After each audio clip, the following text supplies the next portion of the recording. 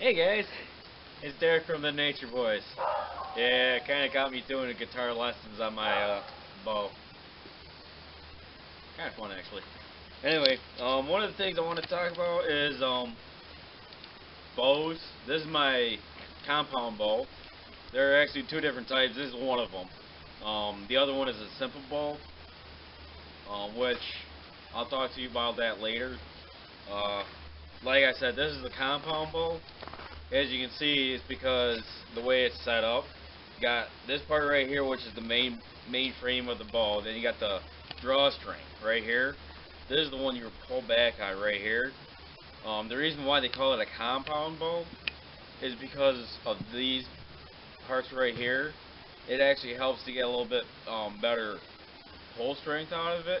And when you have drawback, once you actually get it fully extended, it actually is a little bit easier to pull back on, like this. As you can see, it went a little bit quicker in the back, and you can pull back quite far. And you got the strings that'll actually help kind of keep the pressure, so that way, when you actually release, your arrow will actually shoot faster. Um, as you can see, right in here, there's a mechanism. This is where your arrow actually sits, just to make sure it doesn't end up falling or anything like that on you.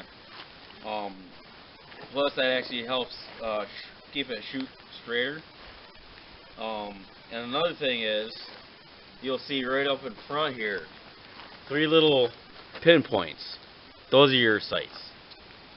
Um, those you can actually adjust.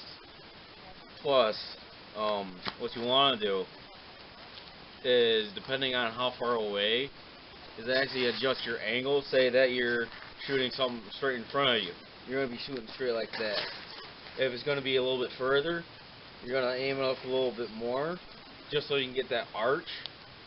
And that way it'll actually fly it further and still keep that speed. So that way you'll actually increase your accuracy.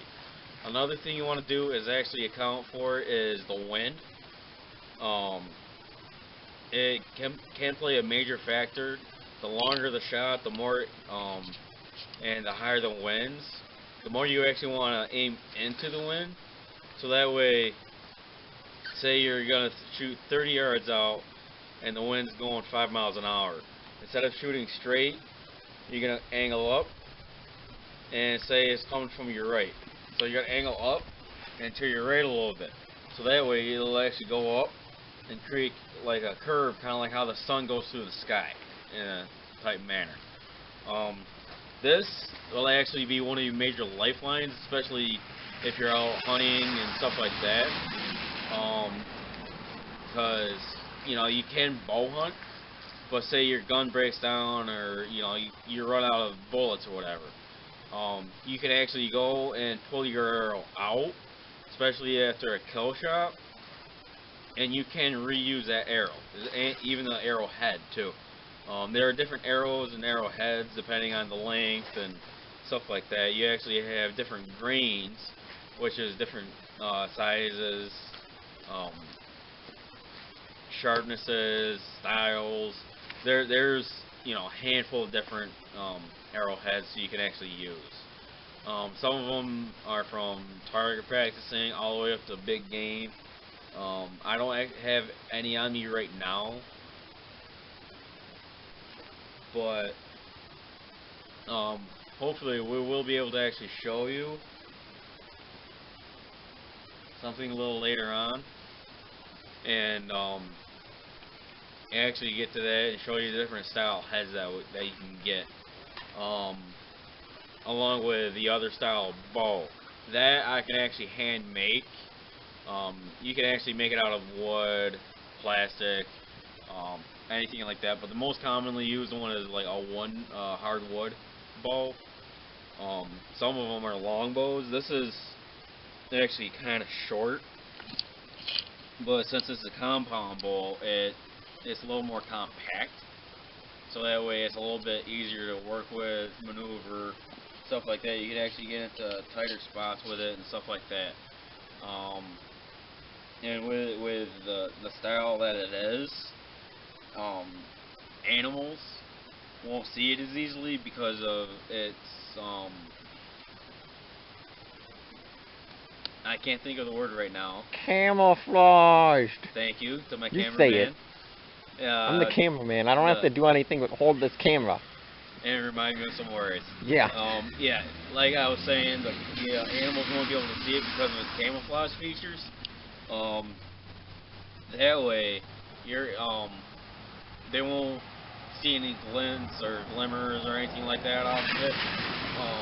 They can actually look right at you, have your sights right on them, and drop them right there. Other than that, that's it for bows right now. I do have a few other things. I'll be getting into hatchets and survival knives. Alright, up next is the knives and hatchets. Um, I actually have two different kinds of each. Right now, I'll actually focus on my knives. Set that down real quick. This one, as you can see, is in a leather sheath, and it does have a drawstring too, so that way you can actually tie it off somewhere or onto your belt or whatever, so that way it's easier access. As you can see, it's also um, buttoned in, so that way it's harder to fall out. And as you can see, I do have a tip right on the end, so that way, if anything, all I gotta do is just, tap something and, break glass if I need to or whatever. But other than that, I'll actually pull it out and show you what it looks like. This is the Survival Master 2. As you can see, the style of it, even down to the wood green handle and stuff, it's actually fairly light. It's good, if you're in contact with something, just kind of drive it up, or you gotta slice something or whatever. That way, it's you'll actually get a good penetration and stuff like that on it. Plus, you can also use this if you're like skinning something or anything like that, only because of the smooth blade and stuff. Plus, it's got a hole right there, so that way, if you got something, you can actually stick it in there and, kind of push it back too if you need to. This is just one of my knives. I'll actually get the other one out here in just a second. It's actually nice to have a few different kinds of things, just in case, something happens. Especially if you need a spare blade or anything like that. This is another knife that I have. This is another type of survival knife. As you can see, another plastic sheath, same button type concept. This one actually comes with a sharpening stone. I'll actually show you guys that. It's your basic grainy stone, so that way, you can actually sit there and sharpen it. That way, you don't have to worry about finding anything and stuff like that.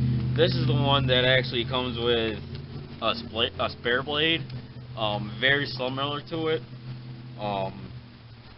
I'll actually show you guys this one too. As you can see, it's a little bit skinnier. It is very sharp. I actually went through and sharpened it myself. But this one actually has a few extra features, like the teeth right here. This is actually for sawing, like through branches or anything like that, where you can actually do that. And you also have a can opener too, present day stuff. That way, just in case you need to like open something, you can actually get into it very easily.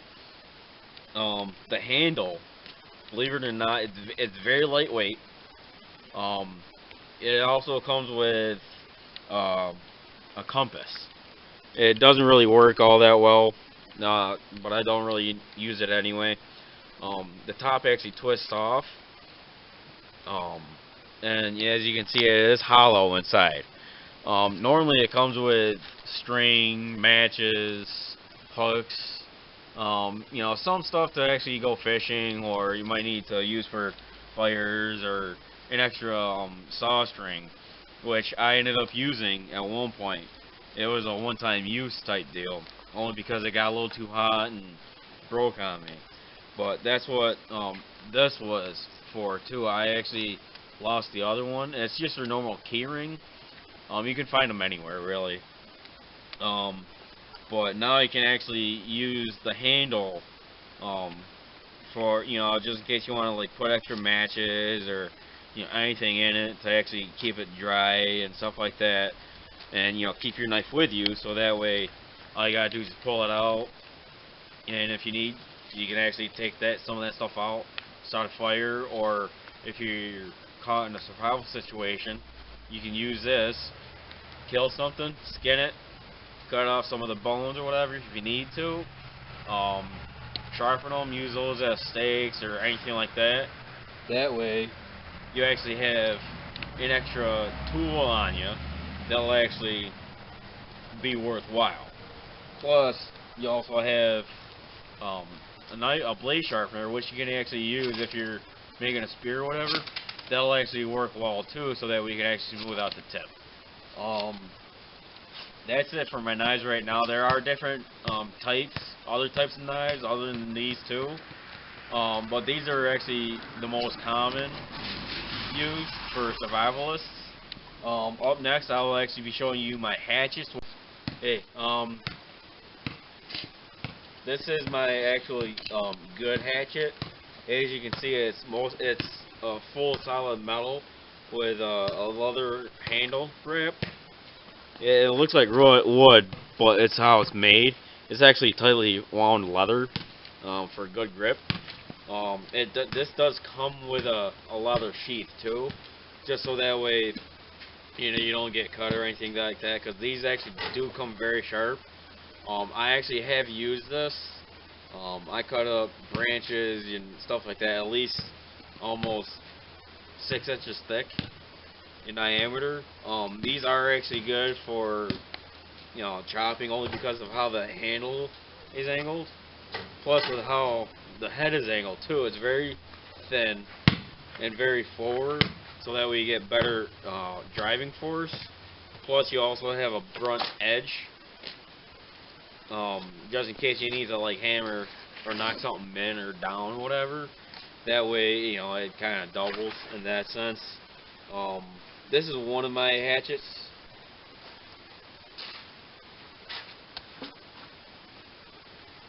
Let me see this real quick and I'll show you my other one, which is right here. As you can see, it's a little bit smaller. Also, it is a solid steel with a rubber handle. This one is unsheathed only because I actually lost it. As you can see, the head is actually a lot smaller, but it's also heavier too. It actually browns out fairly quick, which, you know, kind of leaves the blade a little bit duller, which you can actually sharpen it a little bit better too if you want. Also, this is actually more conform to your hand, so you actually have still a pretty good grip. And this is also a multi-use tool, just like my one of my survival knives. Not only can you use it as a hatchet, you can actually also use it to get nails or, you know, small things out. As you can see right here, it's built in to actually get nails or anything like that. Plus, like with the other one, it has a blunt edge, so that way you can actually use that to hammer stuff in or anything like that, or even knock some stuff down or out or anything like that, or break things open too. Like I said, it's also got quite a bit of weight to it. Other than that, that's basically the differentiations of my hatchets and my survival knives. And these you can actually get out of them. Other than that, hope you guys stay tuned, and we'll keep you posted.